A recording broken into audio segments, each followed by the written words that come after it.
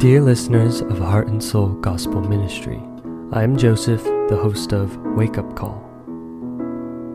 The Baptist Press, a research center affiliated with Gallup in the U.S., recently released the results of a survey on Americans' religious beliefs.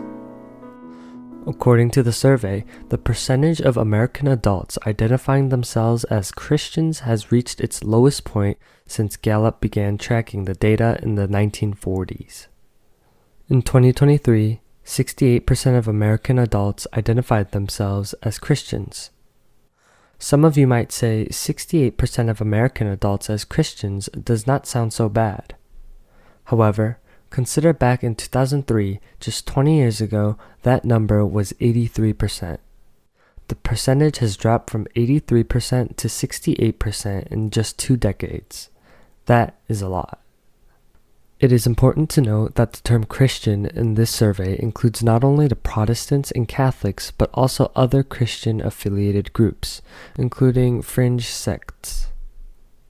Even individuals who do not attend church but still consider themselves as Christians were included in this count. What's even more striking is that when this survey was conducted in 1956, a staggering 96% of Americans identified themselves as Christians. According to the Baptist Press report, the decline in the number of people who identify themselves as Christians in the U.S. has been particularly significant over the past decade. In 2012, 58% of the respondents said that faith was a very important part of their lives, but by 2023, that number had dropped to 45%. This indicates not only a decline in the number of people who identify themselves as being religious, but also a decrease in those who consider faith a central part of their lives. So what would the Bible say about these types of trends? In the Bible, we see that there are more examples of people whose faith weakened over time than those whose faith grew stronger. The number of people who truly served as role models of faith is relatively small. From Adam at the beginning of creation to the nation of Israel, from King Solomon and the many kings that followed him to the churches established through Jesus Christ in the New Testament. History is filled with stories of people who once had faith but later fell away. That is why Jesus repeatedly emphasized the importance of staying vigilant and holding on to our faith until the end. Therefore, stay awake, for you do not know on what day your Lord is coming. But know this, that if the master of the house had known in what part of the night the thief was coming, he would have stayed awake and would not have let his house be broken into. Therefore, you also must be ready, for the Son of Man is coming at an hour you do not expect, says Matthew 24:42-44. And you will be hated by all for my name's sake, but the one who endures to the end will be saved, says Matthew 10:22. Jesus said in Revelation 2:25-26, "Only hold fast what you have until I come. The one who conquers and who keeps my works until the end, to him I will give him authority over the nations." It seems that our faith should deepen and mature over time. In most aspects of life, the more we practice something over the years, the more skilled and proficient we become. Therefore, logically speaking, our faith should also grow stronger and more mature as our spiritual journey progresses. However, strangely enough, faith often weakens rather than strengthens as time goes on. Why does this happen? It is likely because as faith grows to a certain point, people begin to rely less on trusting the Lord and more on trusting themselves. This leads them to a place of pride. The Bible is aware of this tendency and warns us in advance.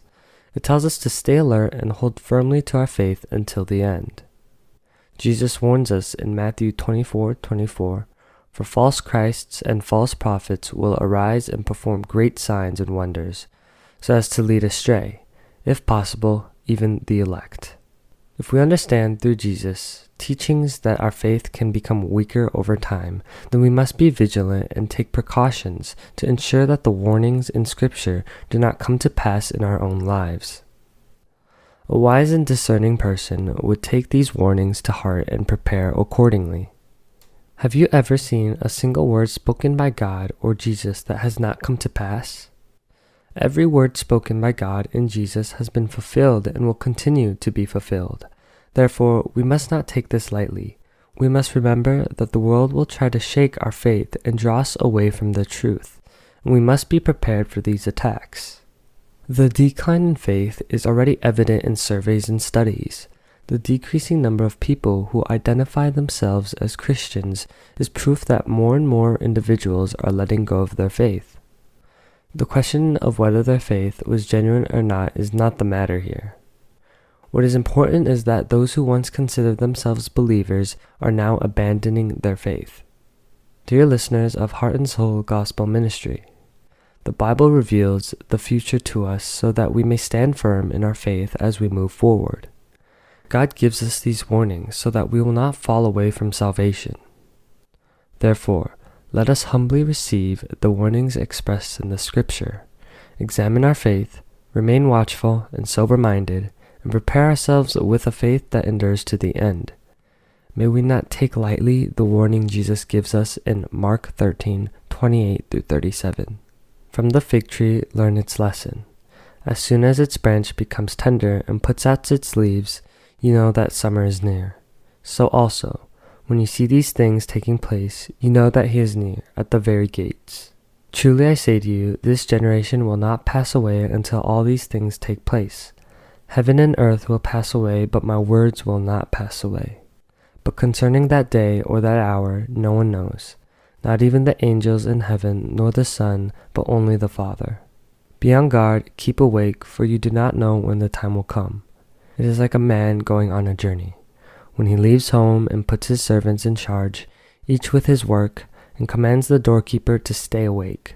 Therefore stay awake, for you do not know when the master of the house will come, in the evening or at midnight, or when the rooster crows or in the morning, lest he come suddenly and find you asleep. And what I say to you, I say to all, stay awake. May his words take root deep within our souls, awaken us from spiritual slumber, and lead us toward an unshakable faith. This concludes today's message. I look forward to being with you again next week. Goodbye.